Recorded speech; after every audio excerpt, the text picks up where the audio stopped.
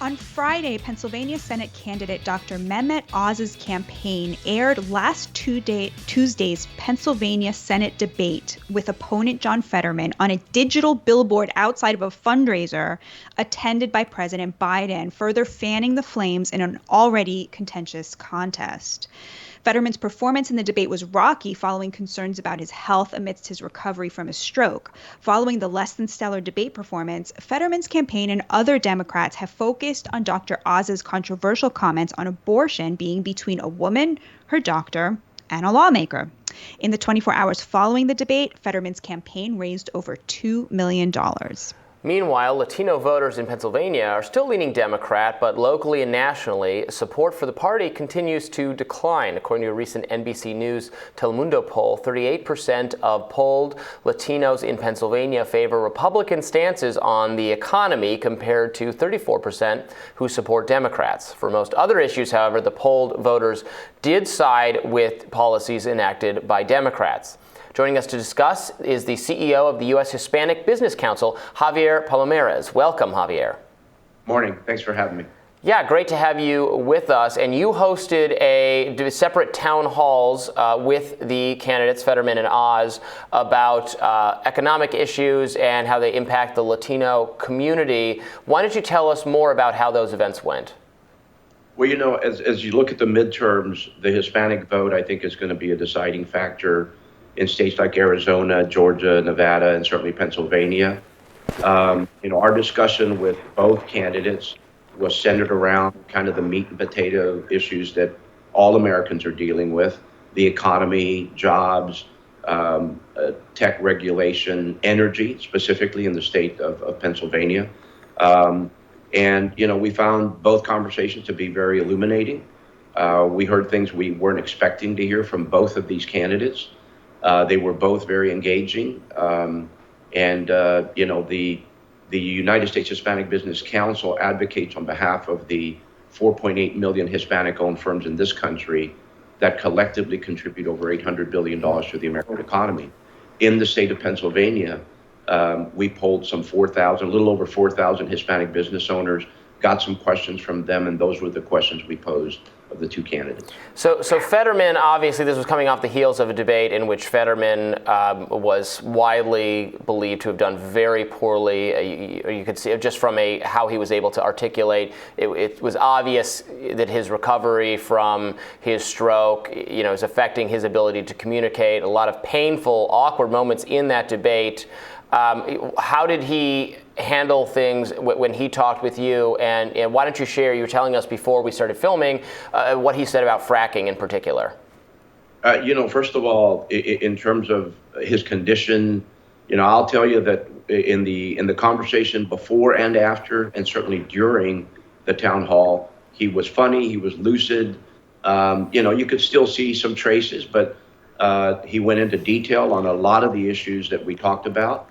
I pressed him specifically on his position on, a traditional energy, on oil and gas, on fracking. And I was taken by his willingness to embrace fracking. I asked him, if elected Lieutenant Governor, would you support fracking? And he literally said, absolutely. He went on to talk a bit more about, hey, listen, within certain confines, which anybody would have done. But I was taken by the fact that, he illustrated to me and said to me, listen, if elected, I need to do the will of the people. My job is to lead and govern and regulate on behalf of the people who put me in this job. And I'm hearing from them that energy is incredibly important to the state of Pennsylvania.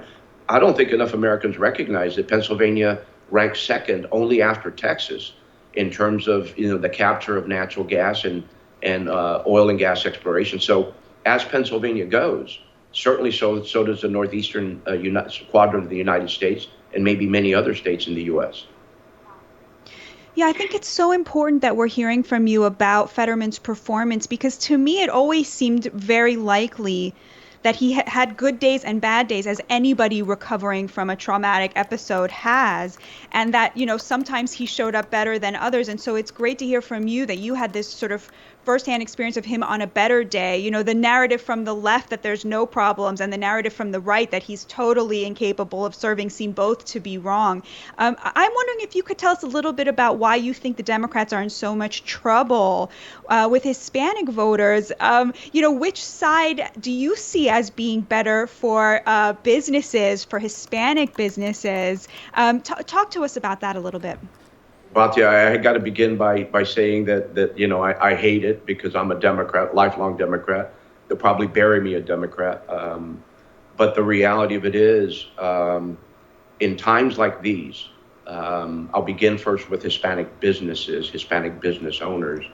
You know, we're dealing with a witch's brew of challenges. You've got, you know, rising interest rates. You've got inflation that's gone through the roof. Energy costs have gone absolutely, they skyrocketed. And as energy goes, so does everything else: distribution, warehousing, transportation, cosmetics, asphalt, farming fertilizer. I mean, the list goes on. Everything goes up when energy goes up. We're looking at a recession looming.